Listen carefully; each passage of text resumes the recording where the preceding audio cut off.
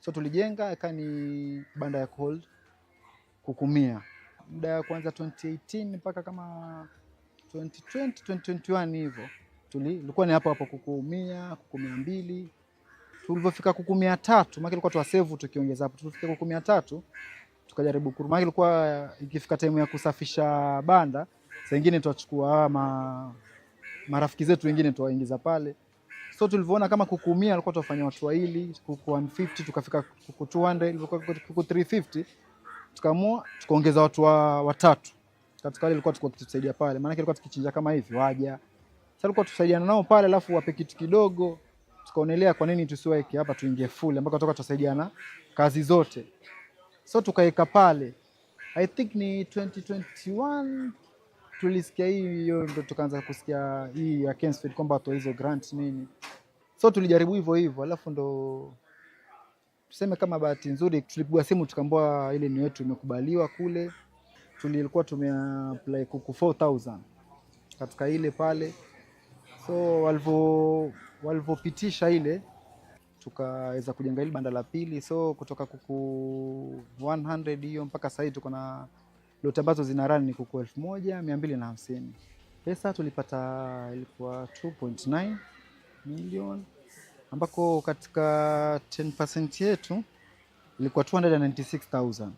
If the total project cost is 3 million, then we have the 90% comes from the Kensfield 2.7, then 300 is community contribution. So you commit yourself as a group. And majority of our communities are hawajiwezi. So we don't put cash because they're not able to raise the cash. We put in-kind. For instance, if we are constructing a poultry house, the in-kind community contribution, there will be a construction of the poultry house itself, the labor, the Monday. Instead of us hiring a contractor to build our poultry house, as the CG members, we will do it. Sisi wenyewe, we will do the actual rearing of the chicks because if we don't do it, we need to hire someone who we might pay. So we normally have the cash and in-kind community contribution registers that we normally fill on a monthly basis for the community to be able to account for the 10% mandatory community contribution. Hii mradi wa Kensfield alituletea wale maofisa wale wa agriculture ambako kuna vitu vingi ilikuwa tufanya.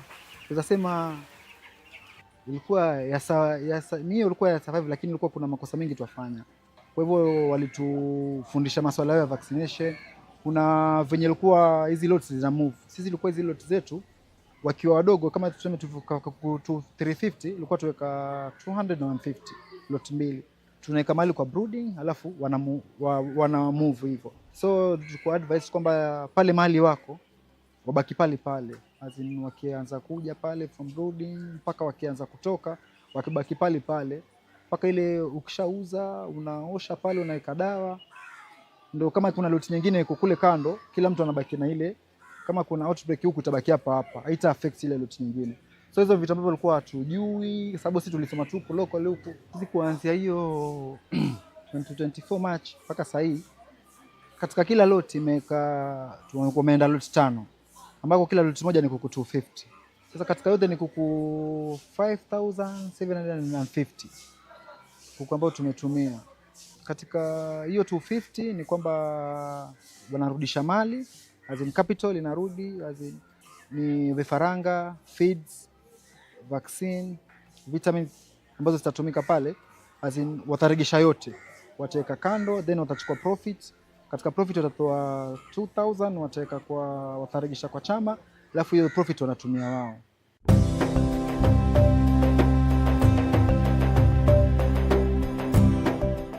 Kwanza kikundi chetu Palani Support Group 2014 ndio tupata certificate ya serikali. Sababu kwa tuna save tu, kwa tunahudumia watu ambao kwa vile mtaani, watu ambao watu maskini. Sasa hiyo mambo kujua ni USAID kitambo miaka hiyo tukianza hiki kikundi. Sasa tukaambiwa tutafute kina mama, watu wote ambao wanaweza kuwasaidia ili tusave pesa wafanye biashara zao, wasikae tu kwa nyumba. Sasa tukatafuta kina mama ambao na watoto ambao mtu aende kazini. Tukatafuta mama hao tukawapata, tukaanza kikundi na wao, tukakubaliana mtu aite kidogo kile kama tani 50 tuna save. Alafu tunampa mama kama huyu bado tunamenyana, tunampa pesa kidogo aanze biashara. Sasa tukaendelea kusave miaka mingi sana tuna save. na kila Wednesday tunakutana saa 2:30. Sasa ilipokuja hii sasa mradi sasa ikija mradi ya mambo ya chemistry decide kuingia, kuna mradi imekuja kama kwa kujiunga na wao watatuinua kibiashara. Sisi tulienda mara moja, sasa tukuchelewa.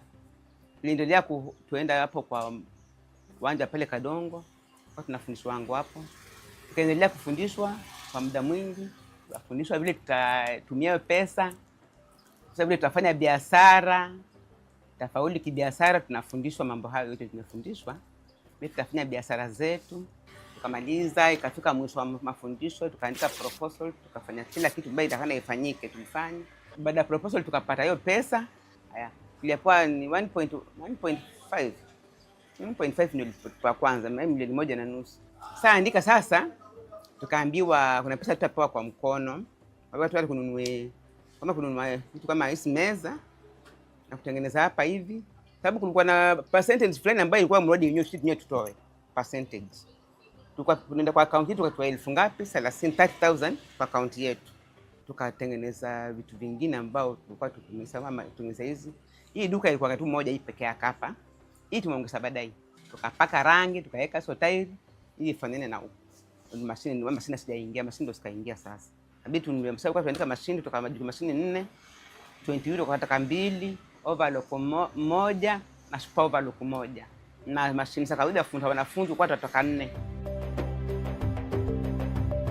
Nilisema nimerudi shule.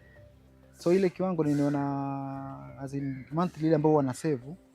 Nafanya Bachelor of Business Information Technology Mount Kenya University, na mpaka sasa hii niko semester ya kwanza, nilijoin 2025 na mpaka sasa hivi fees nimeweza kulipa, manage kulipa kupitia ya kuku hapa. Na in terms of members, kuna member fulani amepata scholarship, lakini tuseme in final transport na mahitaji yake mengine huko anafanya diploma, so inamsaidia pia kulipia huko. Yani kuna members wengine walikuwa wao tuseme in terms of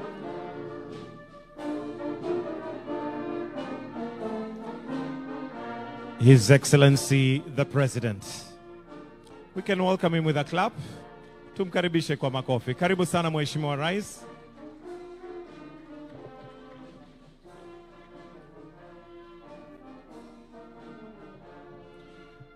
I'll request you all remain standing as we will start with 2 anthems, starting with the Kenyan National Anthem, followed by the East African Anthem. The anthems.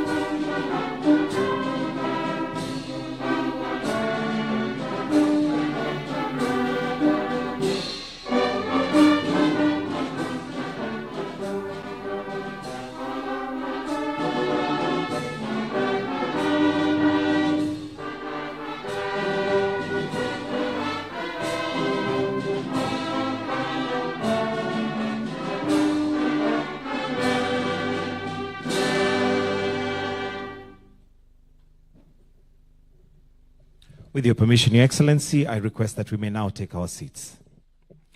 Your Excellency, Dr. William Samoei Ruto, President and Commander-in-Chief of the Kenya Defense Forces, Honorable Abdul Swamad Sharif Nasir, Governor of Mombasa County, Rensen Mulele Ingonga, Director, Public Prosecution Kenya, Directors of Public Prosecution from other countries, senior government officials, stakeholders, ladies and gentlemen. Your Excellency, sir, with your permission to start us off, allow me to invite the Director, Public Prosecution Kenya, Rensen Mulele Ingonga to just give us an overview and also to guide us with the program. Let's give him a clap as he's now coming on stage. Karibu sana. Welcome, sir.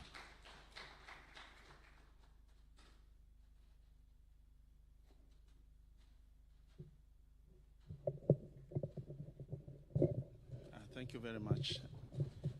Your Excellency, the President of the Republic of Kenya, His Excellency Dr. Samuel Ruto, Governor of Mombasa, my colleagues, DPPs, and distinguished guests, ladies and gentlemen, good morning. Yeah, it's my singular pleasure to welcome you all to this closing ceremony of the heads of prosecuting agencies in the Commonwealth. This is a biannual conference that comes rotationally and after, of course, an election of the hosting country. This time round, we are privileged. Kenya, we are privileged to be allowed to host this conference at from our last meeting that was held in Montreal, Canada. The theme of the conference this year was countering or building partnership through international cooperation in the fight against money laundering, terrorism financing, and trans-organized crimes. As we are all aware, trans-organized crimes are crimes that cut across boundaries. That's global boundaries. And the only effective way for us to fight those crimes is for us to build partnerships and collaboration. That is the reason to why we decided that the theme of this conference, we build around that. We have been here for this is the third day of this conference, and we have had an engaging exercise, sharing experiences, sharing future plans for us to be able to fight trans-organized crimes. Before I make my remarks, I'll invite two of my colleagues who will briefly highlight on what we've done and the way forward. I'll start with the prosecutor from Australia, that's Ralin, to come and give very brief remarks before we proceed. Ralin.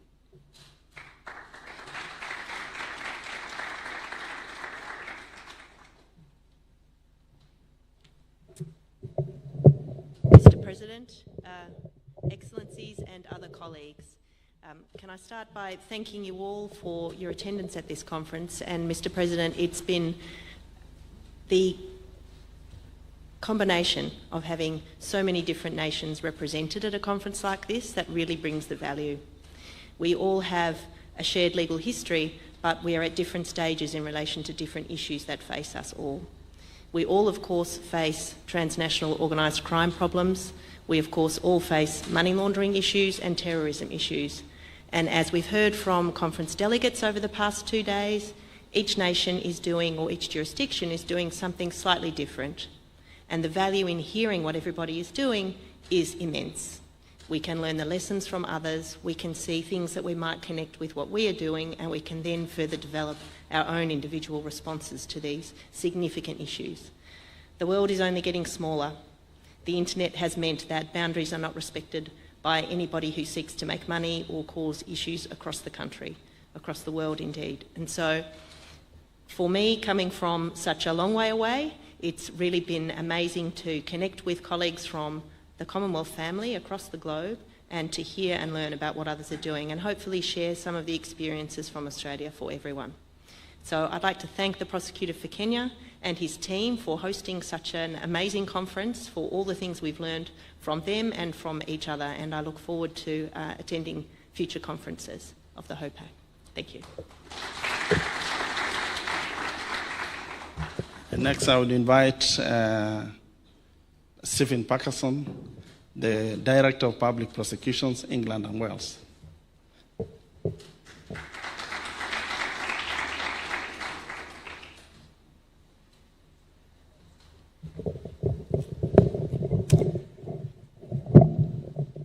Thank you. Mr. President, Governor, Attorney General, fellow directors of public prosecutions, including, of course, Mr. Ensign Ngonga, can I begin by echoing what the DPP for the Commonwealth of Australia has said, and perhaps I can do so on behalf of all of us, heads of prosecuting agencies who are attending here today, to thank the Kenyans for the most wonderful hospitality that we have been shown, really from the moment that we arrived, but also for the organisation that has gone into this conference. To be honest, it's quite intimidating. I'm so glad that the UK held a conference 4 years ago, because we don't have to do so for a while.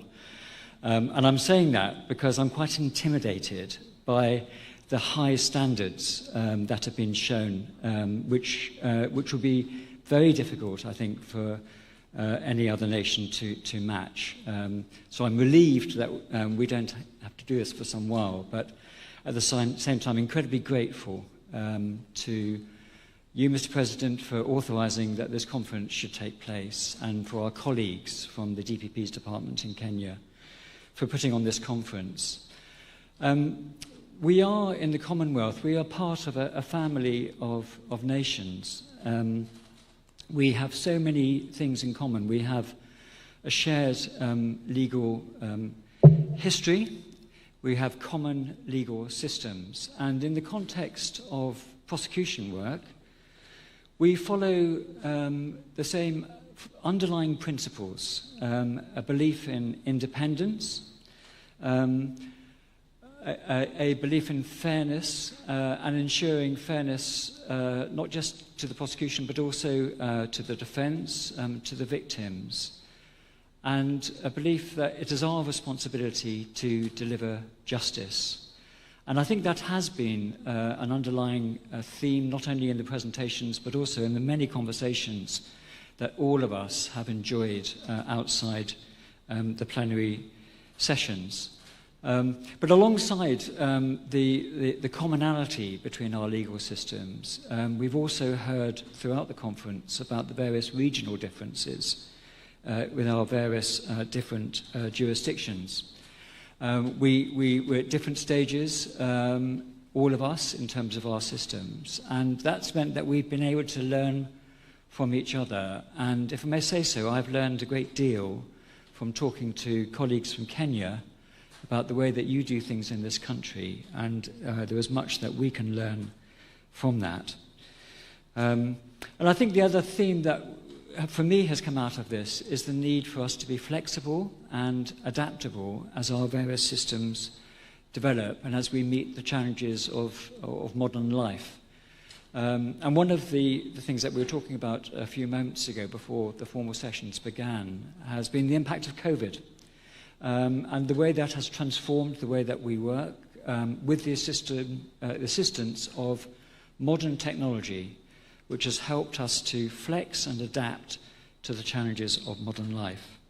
So can I just reiterate my thanks, if I may say so, on behalf of all of us. It has been a wonderful conference. I'm sure all of us will be sorry to leave either later today or tomorrow, although I know that a number of us are actually staying on to enjoy the pleasures of your country. Thank you.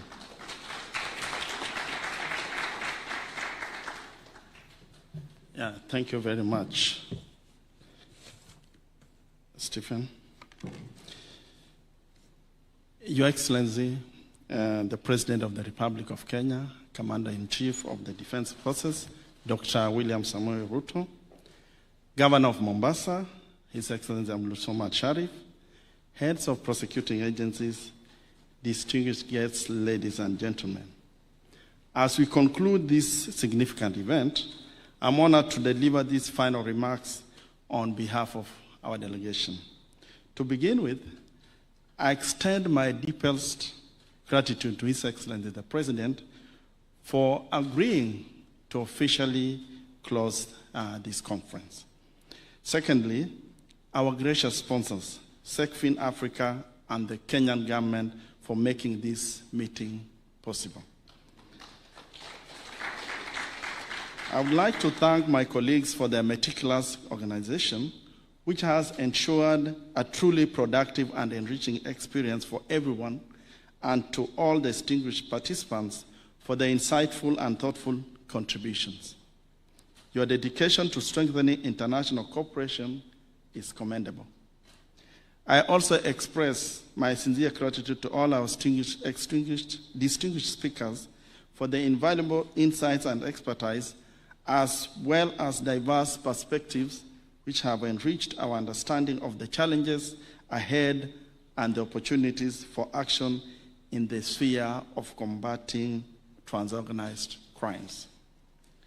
Our theme of this conference, Building Partnerships Through International Cooperation in the Fight Against Money Laundering, Terrorism Financing, and Transorganized Crimes, is not merely a topic of discussion. It is the very bedrock upon which the future of global justice must be built. We stand at a critical juncture, facing adversaries who operate without borders, constantly adapting their methods and leveraging the complexity of our interconnected world to their illicit advantage.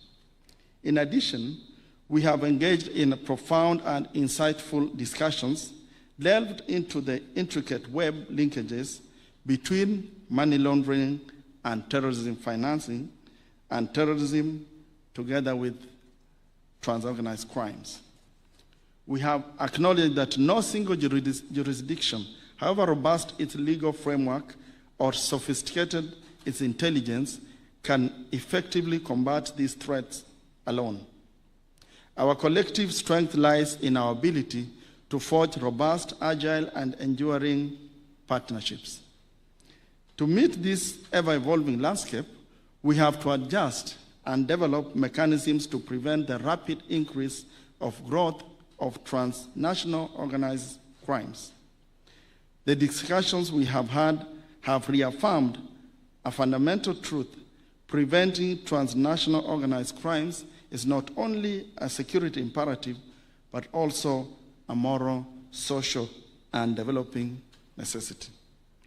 Addressing this evolving and complex threat requires an approach rooted in the human dignity, inclusivity, and sustainable peace.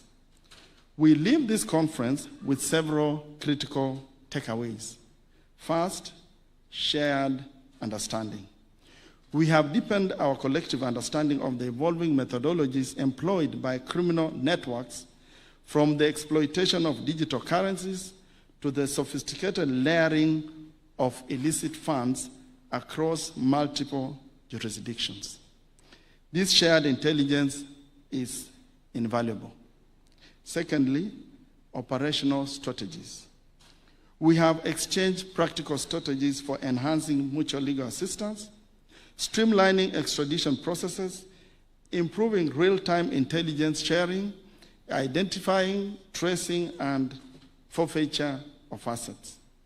These are not abstract concepts, but vital tools that empower our frontline prosecutors. Thirdly, technological imperative. We have recognized that just as criminals exploit technology, it is important to harness it for investigations, evidence gathering and analysis, embracing digital forensics and data-driven approaches, which is no longer an option but a necessity. Fourthly, human rights at the core. We have reaffirmed our unwavering commitment to upholding human rights and the rule of law in all our efforts. Our fight against crime must never compromise the very principles of justice and fairness we seek to uphold. Lastly, we have strengthened networks. Beyond the formal sessions, the informal interactions, the shared meals, and the direct connections forged here have been immeasurably valuable. The personal relationships forged are the true synergies of international cooperation, facilitating trust and expediting action when it matters most. As we move forward, we must ensure that the commitments made today translate into tangible actions.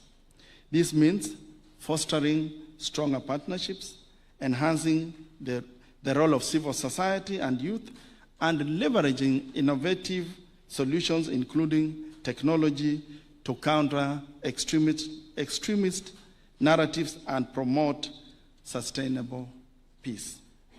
Distinguished guests, ladies and gentlemen, as we return to our respective jurisdictions, the real work begins. Let us translate the insights gained and the partnerships forged into tangible actions.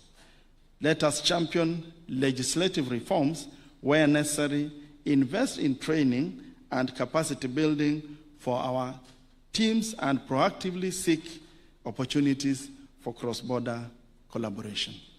The fight against money laundering, terrorism financing, and transorganized crimes is a marathon, not a sprint. It demands sustained effort, unwavering resolve, and above all, a united front. I'm confident that the bonds strengthened and the strategies refined at this conference will significantly bolster our collective ability to dismantle these criminal enterprises and safeguard our societies. I thank you once more again for invaluable contributions and your dedication to this vital mission. Together, let us ensure that our resolve leads to lasting impact and reaffirm that prevention, resilience, and partnerships must remain at the heart of combating money laundering, terrorism financing, and transorganized crimes. Let us carry forward the spirit of cooperation and shared commitment to justice that has defined our time together. We look forward to continuing this vital partnership in the days ahead. Thank you very much.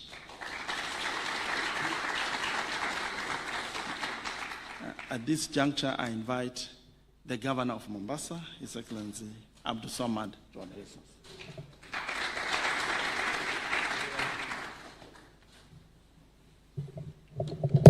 Good morning. Excellency, I was a bit worried. The voices were out. Then I remembered everyone here is a prosecutor, and probably me and you are the only, I don't know whether we should call ourselves politicians. It's not a very... First of all, I want on the onset, on behalf of the people of Mombasa, to say thank you, Asante, for choosing Mombasa as your preferred destination for your conference. It truly means a lot to us. We do not take it lightly at all. Secondly, I think that is a testament that we are a county that is growing.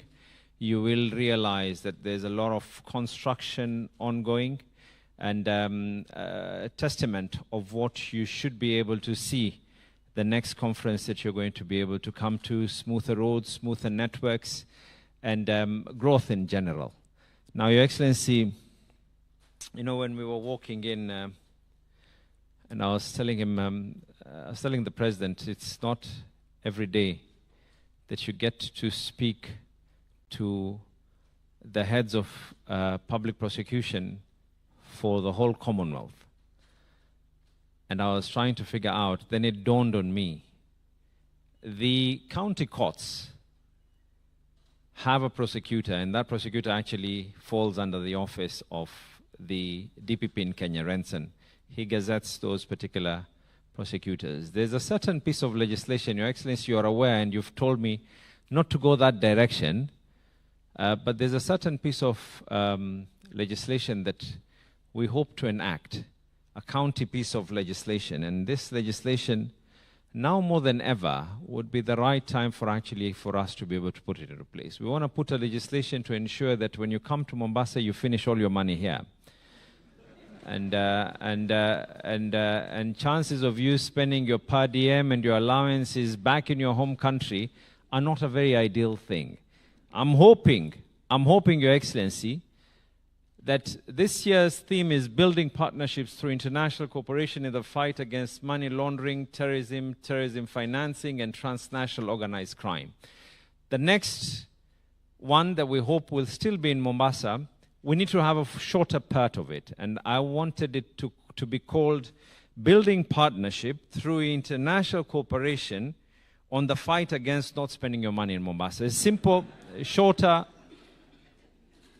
and you know, the logo of the DPP has something that actually goes hand in hand with what it is that I'm saying. It says, mashtaka yenye haki na usawa.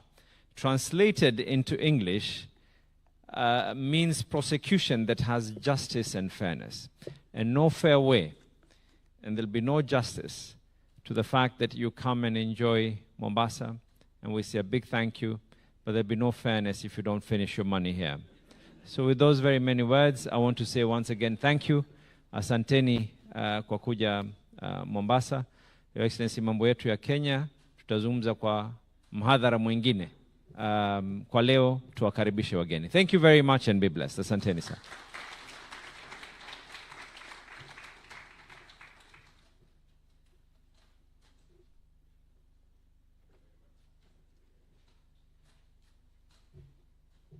Thank you very much, Governor Mombasa. It is now my singular pleasure and honor to invite His Excellency the President. May we be all upstanding as he speaks to us.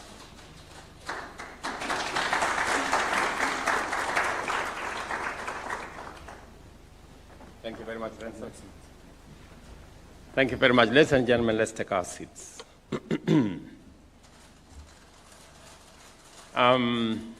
Allow me to join the Governor of Mombasa in welcoming all of you to Kenya, especially friends who are coming from afar in our continent, in other continents, members of the Commonwealth. And as I welcome you to Kenya, on behalf of the government and people of Kenya, I am sure that Renson and his team have provided every assistance to ensure that this conference goes in accordance with the plan, and that each and every one of you have enjoyed the moment to share the experiences. And therefore, ladies and gentlemen, all of us in this room are alive to the undeniable fact that we live in a world where the threat of transnational organized crime continues to grow in scale and complexity. Crimes such as money laundering, terrorism, and terrorism financing, including human trafficking, pose serious and escalating risks to our countries, our regions, and to the global community. The perpetrators of these crimes operate under borders, across borders, moving people, goods, and illicit money through shadowy networks, whether by smuggling narcotics between nations or trafficking vulnerable individuals across continents and laundering dirty money through intricate offshore systems. We therefore need greater vigilance, more robust partnerships, and integrated international responses to identify, investigate, and prosecute those behind these crimes. It is through such collaboration between national, regional, and international agencies that we can effectively disrupt and neutralize these threats and blunt their negative impacts. To underscore the gravity of this challenge, allow me to briefly reflect on Kenya's experience in this space. Terrorism, one of the most dangerous forms of transnational organized crime, continues to pose a persistent and evolving threat to our nation and region.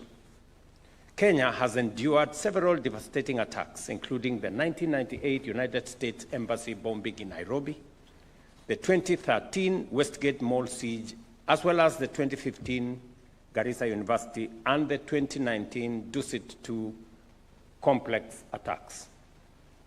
However, through heightened vigilance, enhanced intelligence, and strengthened international cooperation, Kenya has made notable progress in bringing perpetrators to justice. Just last month, 2 individuals were found guilty of aiding the Dusit 2 attackers, and sentencing is scheduled for June 19th this year. In the Garissa University case, the courts in 2019 found 3 individuals culpable and were sentenced to life imprisonment and 41 years each. Currently, 24 terrorism-related cases remain active before our courts, the majority involving membership in international terrorist organizations. These efforts have not only led to successful prosecutions, but have also significantly suppressed such attacks and contribute to enhanced national security. In addition, a total of 720 cases involving trafficking in children and other persons, unlawful acquisition of travel documents, fraud and misrepresentation, facilitating illegal entry into or exit from countries, interfering with travel documents and personal effects, and trafficking in persons for purposes of organized crime were reported between 2021 and 2024. The Office of the Director of Public Prosecutions has also registered 30 money laundering cases in the last 3 years.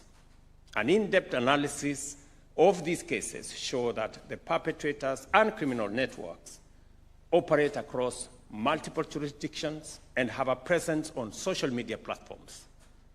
In addition, financing, facilitation, and commission are transboundary in nature. For instance, during the Dusit terrorism attack, financing was traced to banks in South Africa, various banks within Kenya, and Somalia. Furthermore, criminal networks have evolved their modus operandi. In human trafficking cases, often terrorists pose as victims to facilitate the movement across borders. They also operate through sophisticated, encrypted social media platforms and increasingly use cryptocurrency to finance their activities. These cases underscore the scale and complexity of the threat we face and the urgency of sustained and coordinated action. Therefore, the theme of this conference, Building Partnerships, a united front against transnational organized crimes, could not be more timely. It reflects the critical need for prosecutorial agencies to develop regional and international mechanisms to collaboratively address emerging threats. No single agency or country can confront these complex crimes in isolation. Through the exchange of knowledge and best practice, we are better able to understand the legal nuances across jurisdictions and craft innovative approaches for effective investigations and prosecutions. Mutual legal assistance and extradition remain vital pillars of this effort. They provide formal pathways for cross-border information sharing. Joint investigations allow for real-time collaboration and pooled expertise, enabling us to dismantle criminal networks more effectively. I am aware that the Office of the Director of Public Prosecutions in Kenya has signed MOUs with various prosecutorial agencies, including Azerbaijan, Morocco, Qatar, and Saudi Arabia. These partnerships are instrumental in enhancing collaboration on matters relating to terrorism and terrorism financing, transnational organized crime, and in building the capacity of prosecutors to respond more effectively to these complex threats. We must also work towards the harmonization of legal frameworks align national laws across jurisdictions is essential to building a truly global front against transnational organized crime. Equally important is the vigorous pursuit of asset tracing, confiscation, and forfeiture. Denying criminal enterprises the proceeds of their illicit activities is key to undermining their operations. I challenge the heads of prosecution agencies here to give priority to this particular endeavor. On our part, Kenya is committed to enhancing the resources and capacity of the Office of the Director of Public Prosecutions to lead these efforts both regionally and internationally. Importantly, the revamping of our anti-money laundering and asset forfeiture framework is a testament to our commitment. It reflects our pursuit of greater specialization, stronger institutions, and high-quality investigations. The government of Kenya remains committed to upholding the rule of law and advancing a human rights-centered approach to prosecution and pursuit of justice. Ladies and gentlemen, this conference has offered a valuable platform to share experiences, learn from one another, and explore innovative solutions to the emerging threats facing our countries. I look forward to the recommendations from this gathering and assure you of the Government of Kenya's full support in funding and empowering the Office of the Director of Public Prosecution for their implementation effectively. And allow me to say one more thing. In the conversations I had earlier with friends and colleagues, the place of technology in supporting governance in general, criminal justice and prosecutions in particular, cannot be gainsaid. We have seen the evolution of use of technology in many spaces. At the moment in Kenya, we are using technology to collect our taxes. We are using technology to deploy support for farmers in our input program. We're using technology on our universal health coverage plan. We are using technology in many aspects. And we have seen the robust use of technology in the criminal justice system, in matters relating to scheduling of cases, hearing of some cases. And therefore, I want to encourage prosecutors, the directors of public prosecution in our Commonwealth, to leverage on technology and to see how we can better use technology, especially when we are tackling crimes that go beyond physical borders.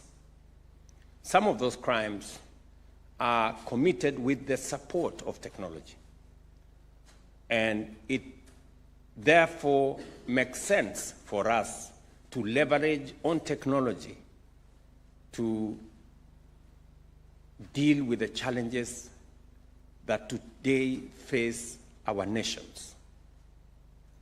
And therefore, as we look at the future,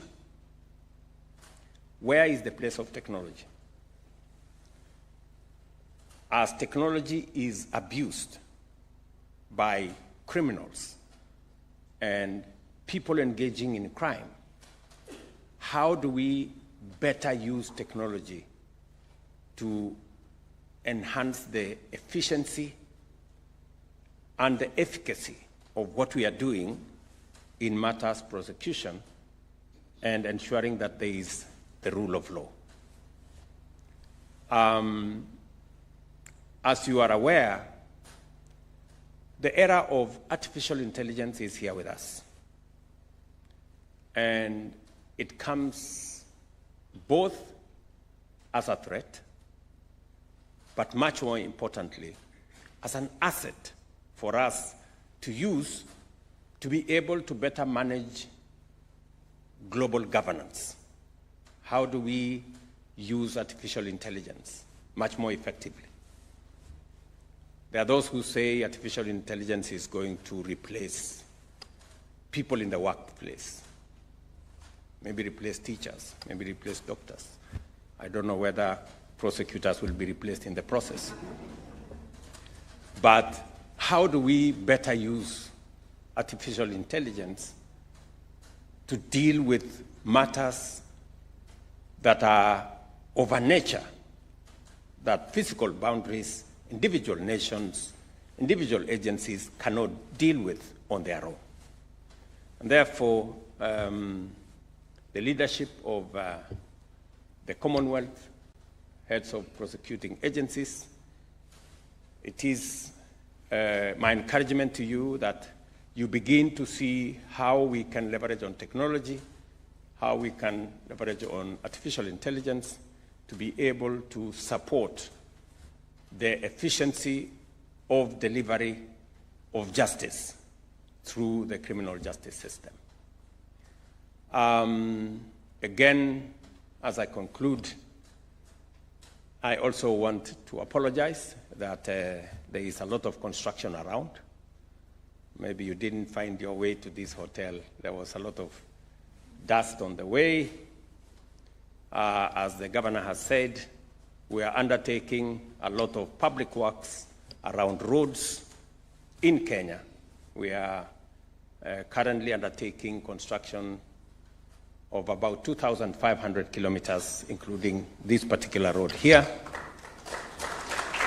There is also a lot of construction around housing, markets, hostels, stadia, as we transform our region and provide for public services and goods to the people of Kenya, including social infrastructure.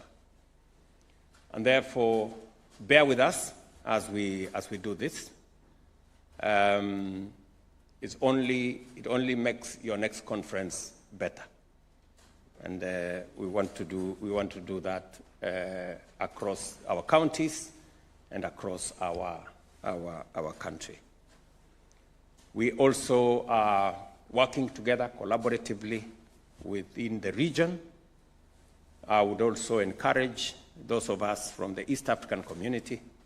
I see my friends from Tanzania here, my friends from Uganda, that even as we build the Commonwealth network, let's also see how we can leverage on the East African community to better coordinate action around the issues that are of concern to this conference.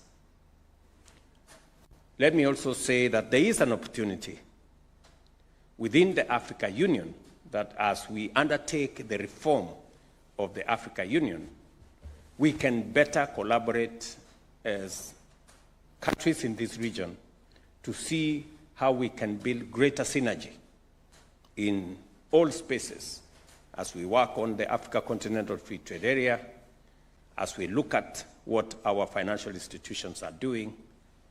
And I think the areas of governance, criminal justice system, and prosecution should not be left behind as we build the networks to better leverage the opportunities that exist in our continent and to better deploy the assets and the resources we have, whether it is the human capital that exists in plenty in our continent or the resources, mineral and natural resources that are available in our continent to better improve the quality of life and the place of citizens of our countries and of our region.